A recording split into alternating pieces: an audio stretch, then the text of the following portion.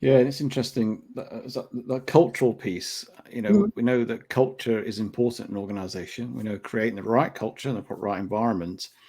Mhm. And we've all been flung around the world Mhm. and home, hybrid, and it's still a bit quite tricky. I deal with a lot of organizations, certainly when they're growing. How do you maintain that culture? But how do you do that in the context we're in? And what's your experience? What are your thoughts on from a communication point of view to drive that? Because it's really important, but Sure. it can be quite tricky when it's not as tangible as it used to be, is it? It's a lot more Mhm. fluid.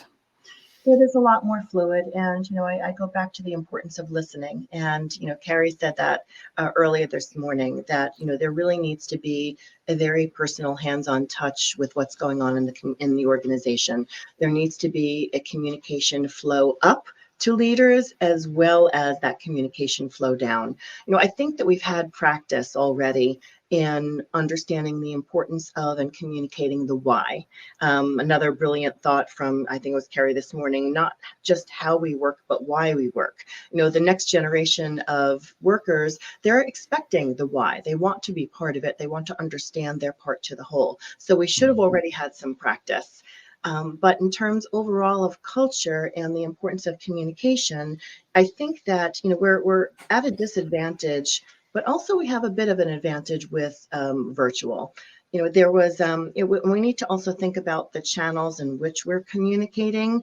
And there was a recent Ipsos culture report that was evaluating the different channels that leaders used and the believability for employees. And I've never been a fan of recorded videos. They're too produced.